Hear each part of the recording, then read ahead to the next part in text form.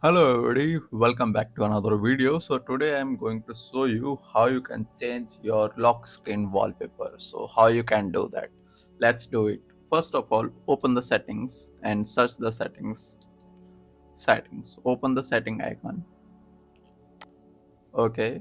Now you open the settings icon. You can see there are many options here. Select personalize option. When you select personalize option, you can see there are many options here. Okay, select the lock screen. Okay, lock screen icon. Okay, now you selected the lock screen icon. Now you have to change your wallpaper. So how you can do that?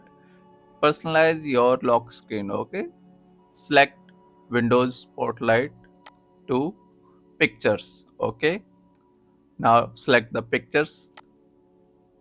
Now you can select any pictures you want. Okay, suppose you have already have a picture, you can browse it and move it here, and also you can select the anyone from them. Okay, so let's select this one. Okay, so I'll select this one and it's done. Okay, so that's it for today, and it's a very easy process, so you can do it very easily. Okay, so thank you for watching.